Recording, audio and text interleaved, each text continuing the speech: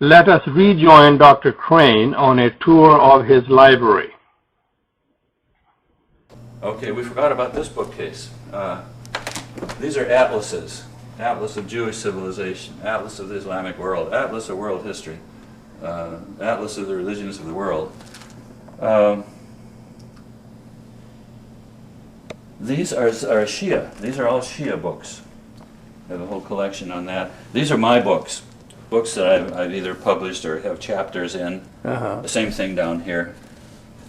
Plus a journal. I used to be the managing editor of the Middle East Affairs Journal. It's all the copies of that over 3 years.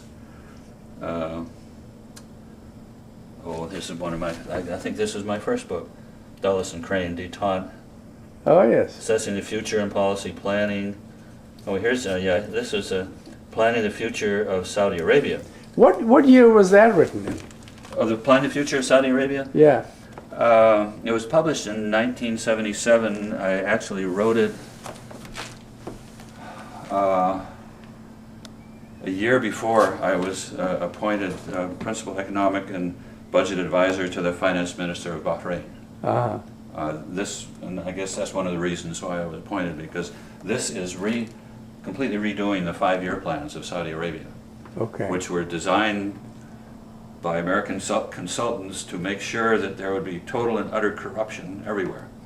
And by having a plan with all the purposes and projects prioritized in cardinal terms, so if you change anything, it'll affect everything else. This was designed to counter corruption. I see. And that's why it was never adopted. Now, would some of these books or chapters include the work you may have done when you were working for late President Nixon in the late 60s and early 70s? I published probably 50 or 60 articles at that time. I put them together in a book, and Gerald Ford, who was then minority leader of the House, wrote a nice introduction. But when Kissinger was appointed director of the National Security Council, Jerry Ford said, I advise you not to publish this book. This was a collection of 5 50-page position papers I wrote on the 5 key issues for the Nixon campaign in '68. Okay. So as a result of that, he appointed me deputy director of the National Security Council. Kissinger had already been appointed director, so he fired me.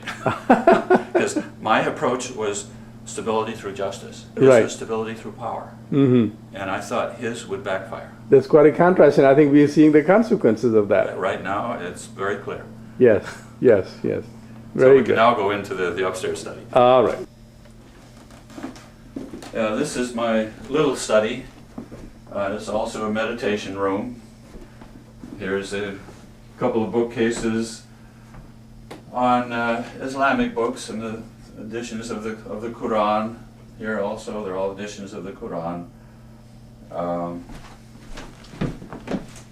Let's see, these are all of Fritjof Schuon, who was one of the great modern scholars of Sufism, modern thought. This is all Hossein Nasr, and I have some of his books downstairs. Downstairs I have all the Islamic books. I see. Most of them. This is a special collection. Okay. Ilya Ulumuddin, you know, the Ihya Ulumuddin. This is Abu Ghazali, Sahih Muslim, Al-Mizan. Now this is by one of the great Shia scholars. Right. Here's the I edited this actually, Fiqh Sunnah, various volumes. This one is on Hajj and Umrah.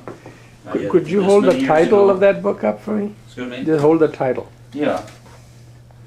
Well, here it is. Yeah, from the front. It's so full of dust. Yeah, yeah. Okay, I got it. Yeah. It's a whole set of books Right. on Islamic ahkam. Okay. Okay. And then I can see that you have. Yeah, there's the Quran. There's the Quran, Very yes. condensed. Right. Okay. I could turn. Yeah, the light is different on here. Yes, if you have the light, that's good. There. Okay, great. And when I have visiting scholars or sheikhs, they can sit there and give little talks. Oh yes, oh that's wonderful, yeah. Oh, there's a pigeon on the bird Oh wow, feeding station. let me see if I can get him. Oh wow. Get it close up. It's a mourning dove. I can hardly see it in the... Yeah, you could get it up here. I got it now. Okay. Yeah, you see I was the...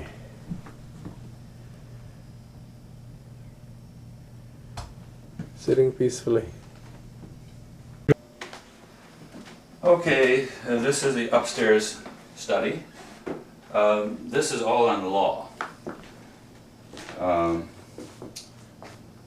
This is a European law, which is one of my specialties, and public law when nations disagree. I used to work for this guy, Arthur Larson, when the nations disagree. This is, and air and space law. Well, this is law in the Soviet Union. Justice in Moscow, Soviet legal institutions, government law and courts in the Soviet Union, Eastern Europe. This is the Bürgerliches Gesetzbuch, German law, code of law. These are textbooks from Harvard Law School. Okay. I keep them. Oh, you still kept some of them, yeah. Yeah, some of them just because they have cases that I might want to refer to. Right, right. This is all on Islam. This is the Sirah, collection of Sirah, which is very, very helpful. It isn't all authentic or reliable, but it's a collection of all the stories. Yes. And some of them are rather weird, extreme accounts. Someone donated a copy of that to me, actually, or loaned it to me. Yeah, yeah. That I've been using. It's Yes. very helpful, but you have to look at it critically. Double check, yes. I Yeah. always go back to Because double the check. Sirah never required authentication the way Yes. the Hadith do. Yes, right. So the Hadith are not all completely reliable. This even less so. Yes, right. Oh, let's see. Yeah, this is also on law. Uh-huh. But there's also Christian apologetics. Down here, these are all in Islam also. Yes, I see. You'd recognize some of They them. look very familiar, yes. Looks like my library shelf, Bruce yes. Byler, sure. Right, yeah. Oh, and here's the Islamic law in the West. Ah, About yeah. 12 years ago, I went over to England and gave lectures at all the major universities Uh-huh. on Islamic law in the West. Oh, wow. Okay. And Actually, isn't it coming back into vogue now, the discussion of the Sharia?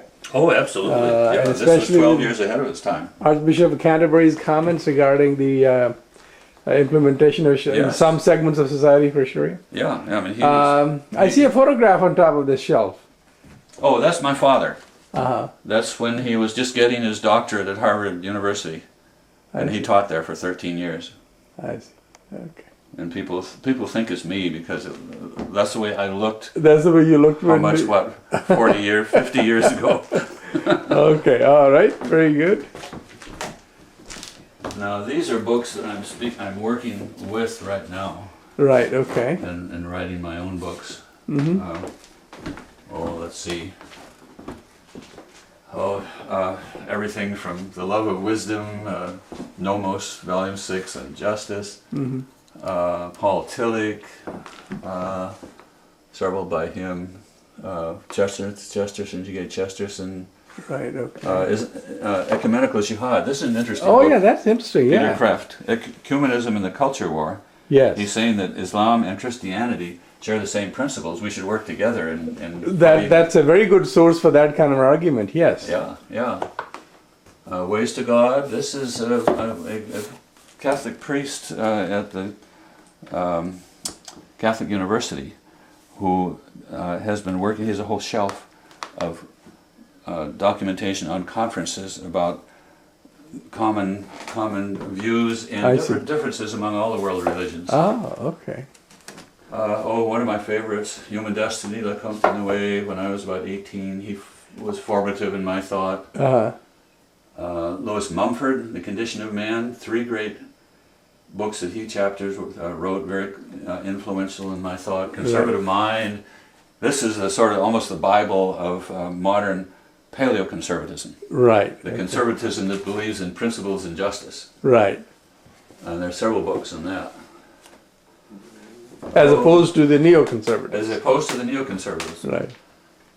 Oh, yeah, there's so many. These are all on Islam. Right. You know, the road to Mecca.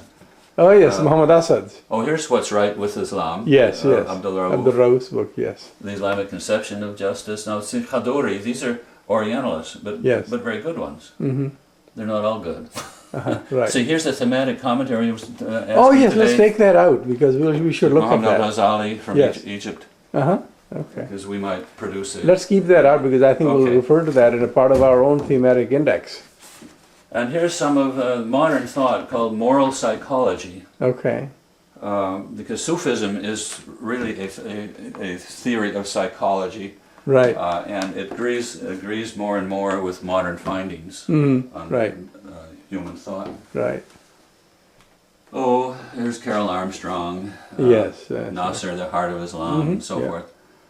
Okay. These are also books. These are all pretty much all in natural law. I see. Because I hope to be starting a big project, maybe a 20-year project on an encyclopedia of natural law. Right. These are all pretty much in natural law. Yeah, here's some of my writings.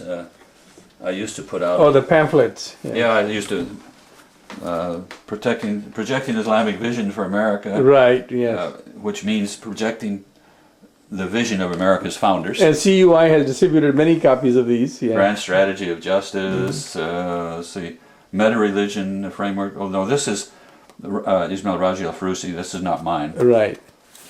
Kosovo and Chechnya, products of the past, harbingers of the future, saying that we have problems there, we're going to have a lot more in the future. Right.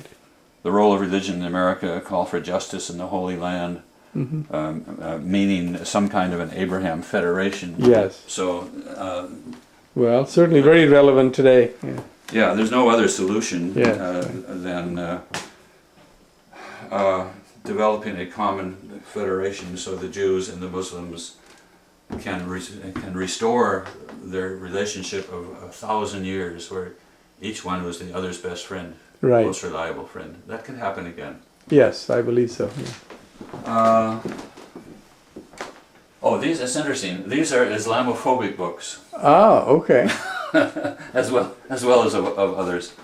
And these are the most classics of paleoconservatism.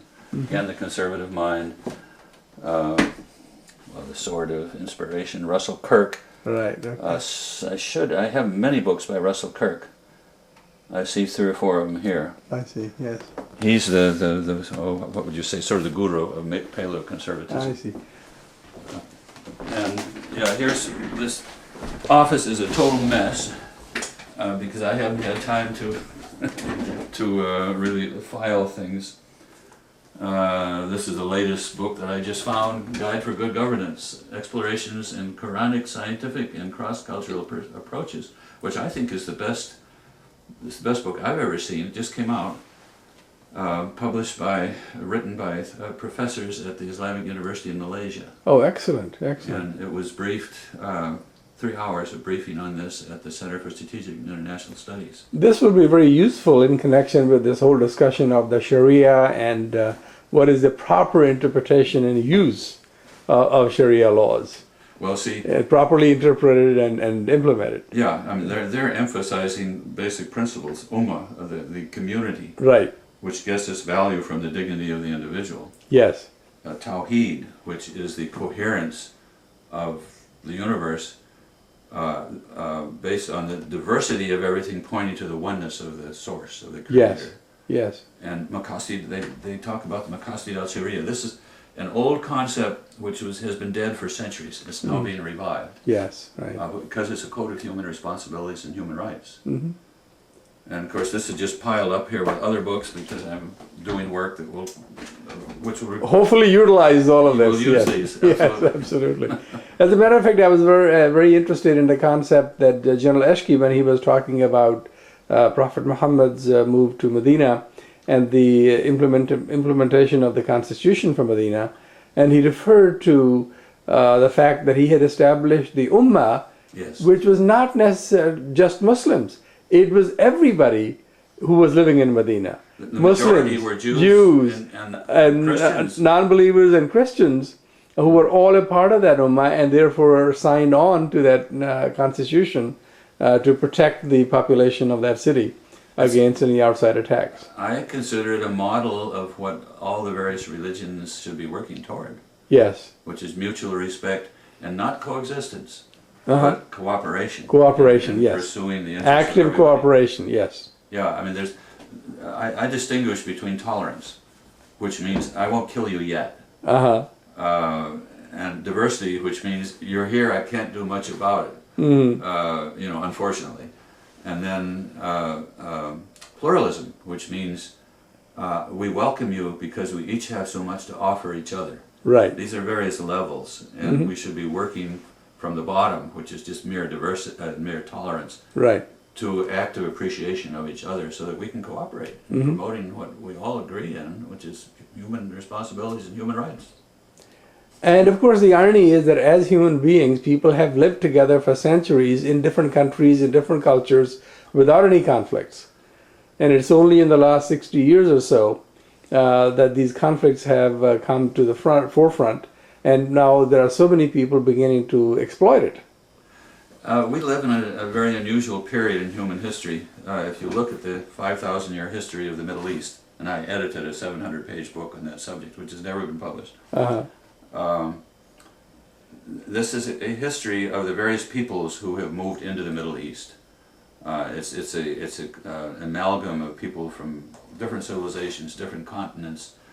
In most of that period, probably 90% of that period, the Holy Land served as a center of inter-civilizational enrichment, cultural enrichment.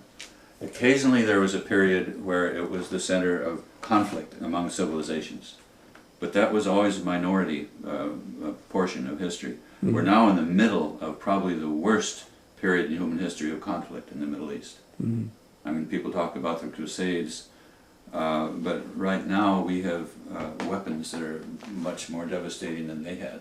That's right. And so even if you can say the present period isn't quite as intense in the conflict, it's more threatening to all of humankind.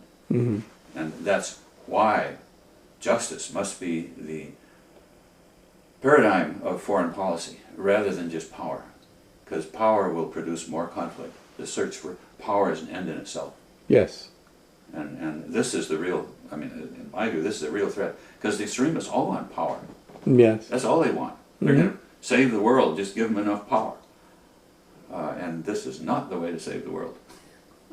And we are learning that how power can be abused, and of course, as you know, power corrupts, and absolute power corrupts absolutely. So when you have powers that have what do we call it, hyperpowers? Yeah, right. Rather than just a superpower, so we're beyond. because no one can actually compete with them. Well, of course, we are no longer, the United States is no longer a hyperpower. Yes. We are now back down to a superpower, and I think that's good for the world. And in fact, it's very interesting. Cooperate now. Yes, and it's also very interesting now with the emergence of Senator Barack Obama. Yeah. To get the Democratic nomination, it is already having an effect on the view of the rest of the world about the U.S. They figure that the United States is not hopelessly aggressive or whatever they think it is. If Barack Obama can win the Democratic nomination, it shows that America is both good and bad. There's good. Yes. Which is what we have to show to the world. Exactly. And we'll see. I'm hoping that Senator Obama, as President Obama, can make a real difference. Yes. Time will tell. Inshallah. Yeah, this is one of the bedrooms downstairs, which really isn't furnished yet. This is Samahda Sheikh Ahmed Kuftaro, the Grand Mufti of Syria. I lived in his house for a while and learned a lot from him.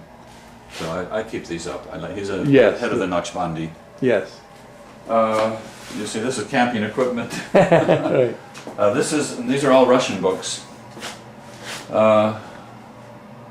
Most of them are on communist military strategy, dialectics, also in Siberia. Ornament Narod of Siberia, the peoples of Siberia. I'm an expert on the various peoples in Siberia. These are all dictionaries, Russian dictionaries and encyclopedias.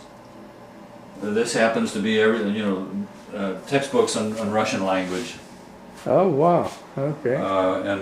And some documents unfiled. Here's some of my 12 filing cabinets, including a sleeping bag from the time 34 people over here. Yes, they tend to sleep in the floor in sleeping bags. Well, with a nice view of the mountain here and the valley. Very nice. And then I have, I can't even count them. Maybe 30 canisters or containers of documents that have someday to be filed. And they're in the next room. Yeah, I have a complete file on just about everything that has happened to Muslims in America. Because I've been active full-time for 30 years as a Muslim activist. Right. Including letters and copies of all the little journals that were published. The real history of Islam in America. I'll show you where that needs to be indexed and cataloged properly. Is. Yes, yeah, let's do. Okay, if you walk in here, this is a storage room. And going back there are dozens of canisters full of documents, almost entirely on Islam. Mm-hmm. You can walk over here, you see there's just more and more and more of them. Yeah. It would take an intern, back in there, you'd take an intern probably half a year just to... At a minimum. Just to file them. Yes, right. At a minimum, absolutely, yeah. But there's a lot of treasure in here that could be very, very useful to any researcher in the future. Oh, I know. It's probably one of the best repositories of information on the history of Islam in America, not only in the last 30 years when I've been active, but going back to 1310, 1312, when the first, well, maybe not the first, but when a well-documented movement of Muslims came from Africa. And developed this and transposed the great principles of the American federal system of government. Well, here's a good reason why I think that the Islamic Library and Museum is essential, because you need to have a place where we can have this kind of material indexed, available to people for research. For researchers, this should all be in some permanent library. Otherwise, when I die, my kids will just throw it all. They'll move the truck up and throw everything away. Yes, right. Let's go on. Let me turn those. Okay.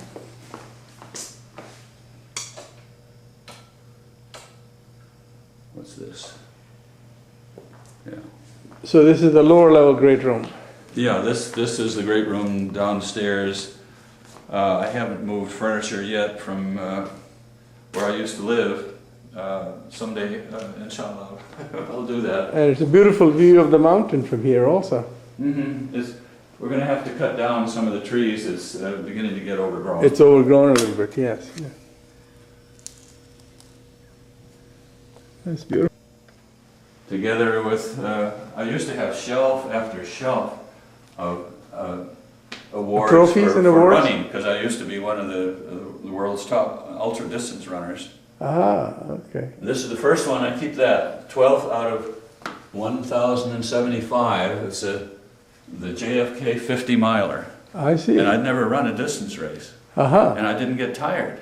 Very good. And I accelerated as I went, and that's when I realized I'm a born long distance runner. I see. Because I'd run marathons and I was never tired, and I couldn't figure out what the problem was. Everybody else was. Yes. And I learned I have a different metabolism. Oh.